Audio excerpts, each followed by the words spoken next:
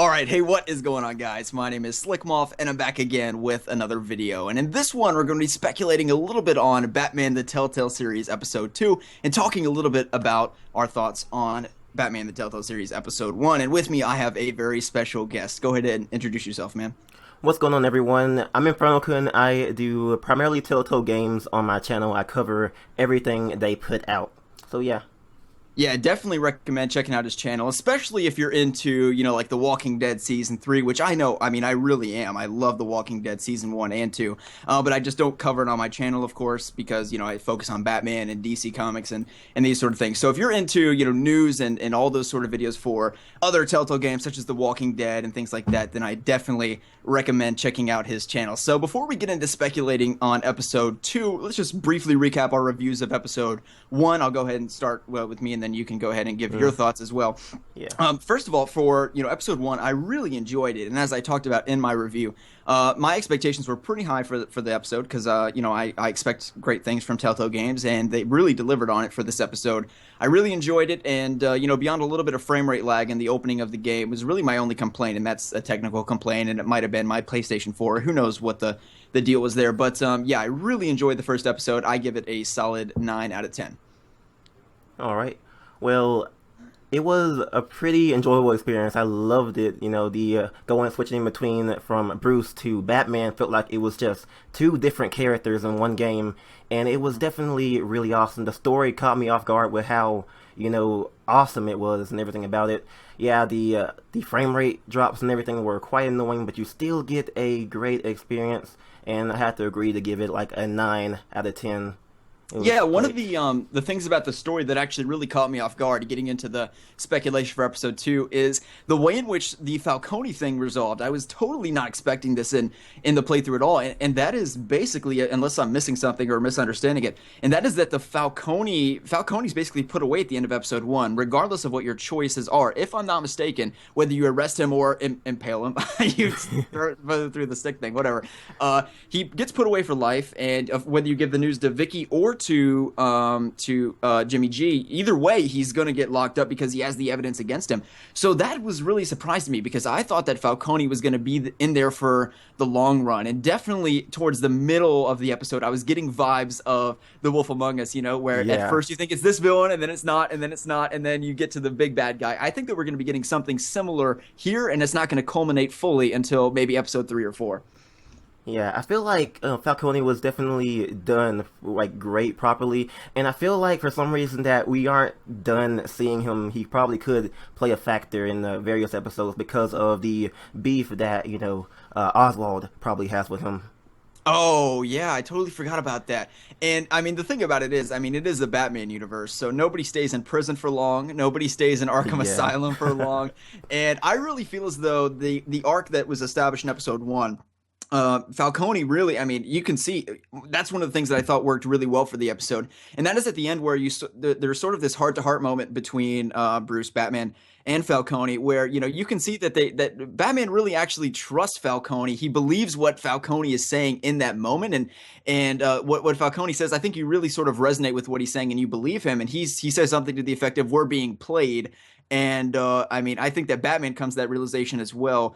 And the only thing that he doesn't really believe at the very end, and even in a way he sort of does believe it when he storms into the Batcave with Alfred, is when he is essentially told that Thomas and Martha are the biggest, or were the biggest, gangsters in Gotham. Mm-hmm. But at the same point, I do feel as though there's some twist with that. You know what I mean? I feel as though in Episode 2 we're going to uncover, because the fact of it is, Thomas and Martha Wayne are not bad guys, and I don't think that Telltale would take the liberty to make them bad guys. I feel like that would be maybe a mistake on that path, but maybe I'm oversimplifying something that's more complicated in the story.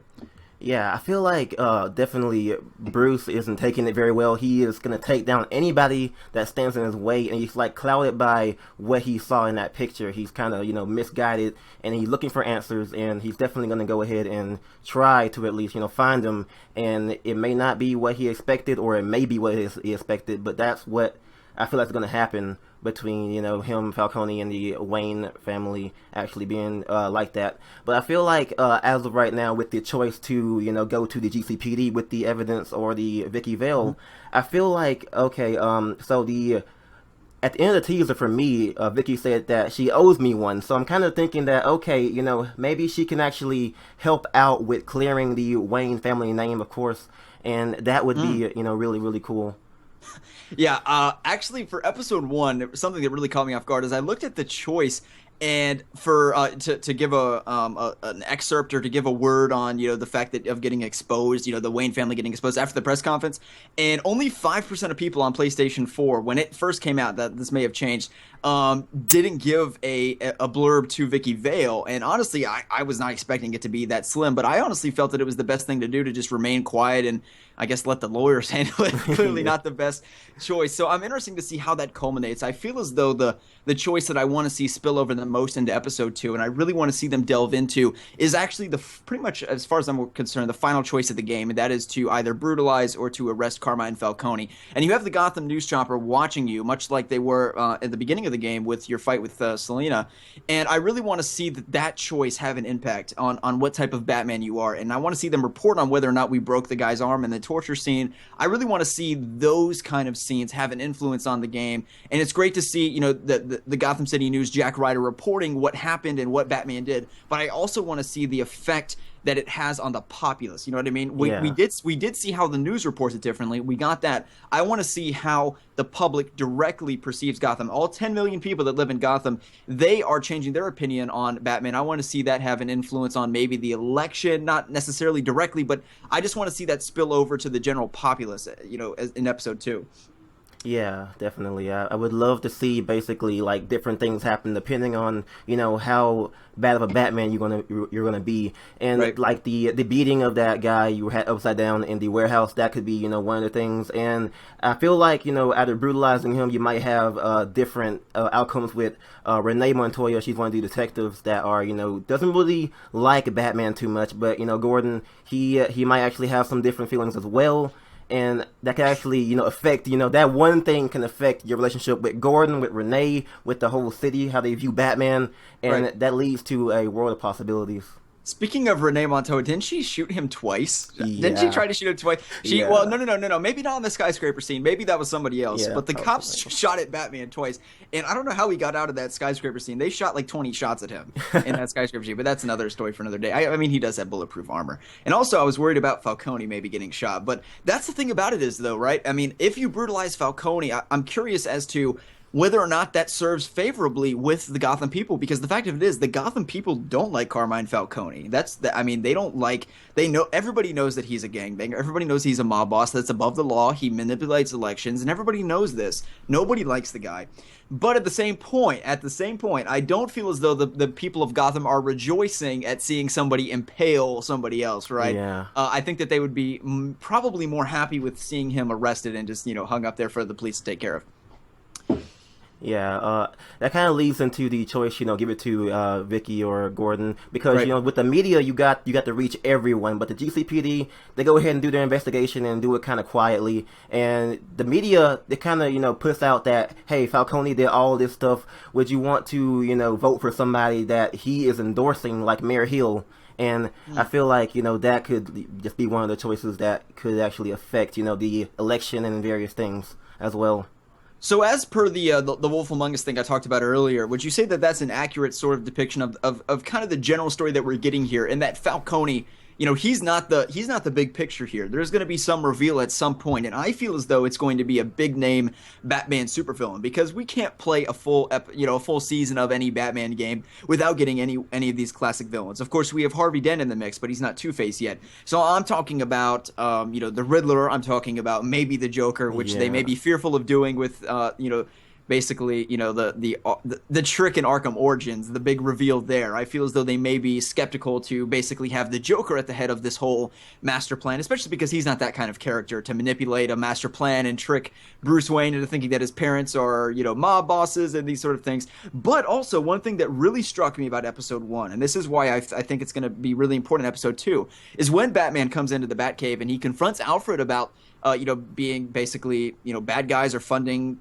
crime and these sort of things, is that Alfred has a strange sense of resign on his face, almost a strange sense of acceptance, or that he had hid something from Batman. Did you get that vibe as well? Yeah, I felt like that at the end, mostly when he was like, "Oh, swear to me that you weren't involved in this, or that we weren't involved in this." And I just felt like there has to be something else that Alfred just isn't telling, or there has to be something that is different going on.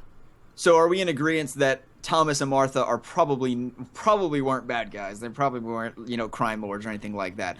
And the fact of it is, I mean, that's the thing about episode 1. I mean, them being pictured with Falcone doesn't mean that they're bad guys. I mean, you can get pictures of Thomas and Martha Wayne with the Cobblepots, which would be perceived to be bad guys now, I guess, and all kinds of different people, because that's just the oligarchy of Gotham. That's just the higher ups, and you've got to talk to them anyhow, because you're just at that point of prestige, much in the same way that Bruce Wayne had to talk with Carmine Falcone. It's not necessarily because they're crime bosses or anything like that, because Bruce Wayne's a mob boss. It's just because that's the way it is. It's money meets money. Yeah, it's pretty much all just speculation. They have this like kind of evidence that they gave to the media that the Waynes were soliciting money with Falcone, and now they have a picture with them.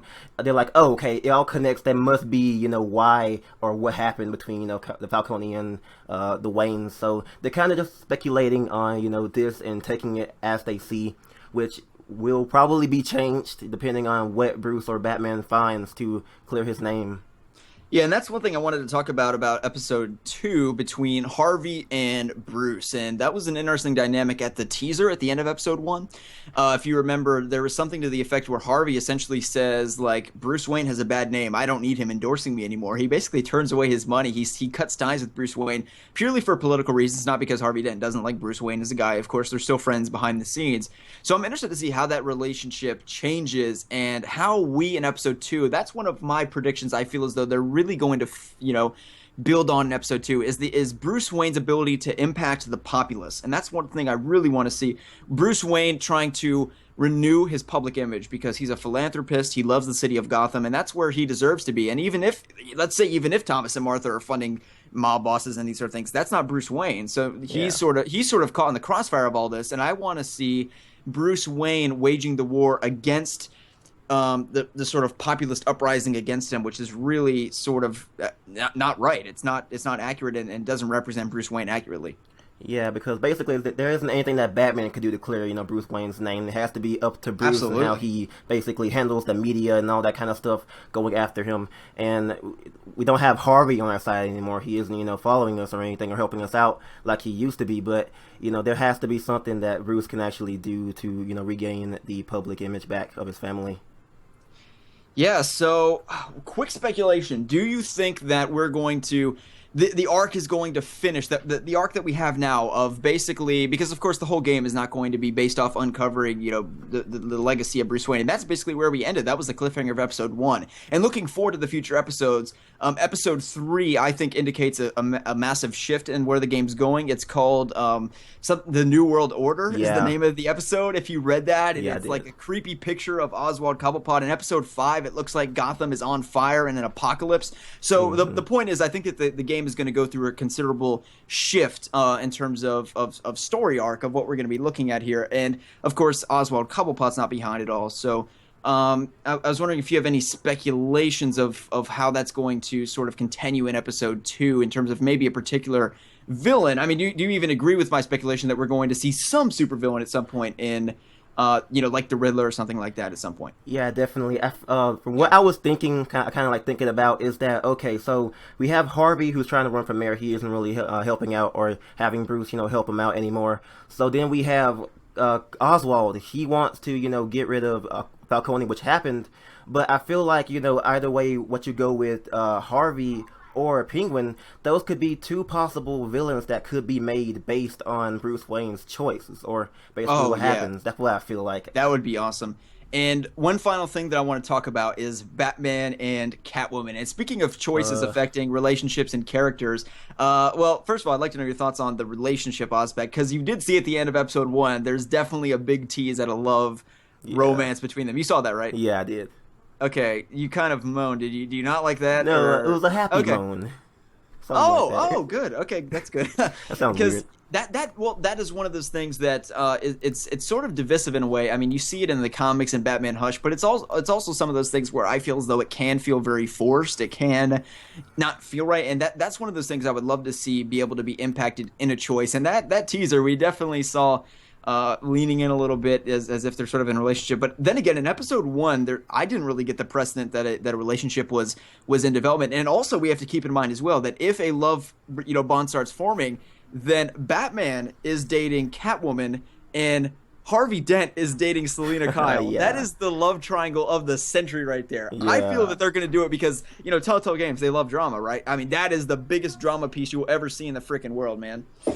Yeah, what I feel like if you, probably in episode 2, if you, go at Selena, she probably will act different to you if you meet her in person as Bruce Wayne, because, obviously the tension is there between Batman and Catwoman, and I don't really have a problem with that, because I think that they are both, great relationship pieces. They actually, they have similarities, but, Catwoman just in it for the money, and right. I'm not sure, whether or not I feel like, okay, it would be a great idea to, pursue that relationship and possibly, have Harvey be a bit suspicious about, what's going on with between Bruce and Selena. That'd be kind of weird. And that's the thing, is that Harvey Dent doesn't know that Batman is Bruce Wayne. Yeah. So what if he realizes by the means that Batman and Catwoman are having a relationship? Oh my god. I mean, that's the drama front. And then you have the whole other front. I mean, I really feel like this game's going to pick up. But, episode 1 was a great setup, but I feel as though the drama is going to pick up on that front of what I'm talking about. I mean, I just thought that love triangle would be freaking epic. I mean, we've never really seen that in the comics, by the way. You've never, as far as I'm concerned, as far as I'm aware, I've never seen Harvey Dent and Selena Kyle in a relationship. Yeah. So that may be intentional to foreshadow that into the future, and then you have that love triangle going on, and of course the culminating villainy and crime bossery of the hierarchies of Gotham that are basically, menangling whatever they're menangling. And that's one of the things that I really loved about episode 1, is that we don't really know yet. We don't even have a total sense of direction, and that's something that's going to really develop a little bit in episode 2. Yeah, and I can tell you that Telltale loves to, play with the community when it comes to, shipping characters. Like, if you play Borderlands, there was, a shipping in there, and they, basically confirmed it and put it in the game, and it actually happened, and it was pretty interesting. So they probably won't, or probably will not, skip out on basically that option.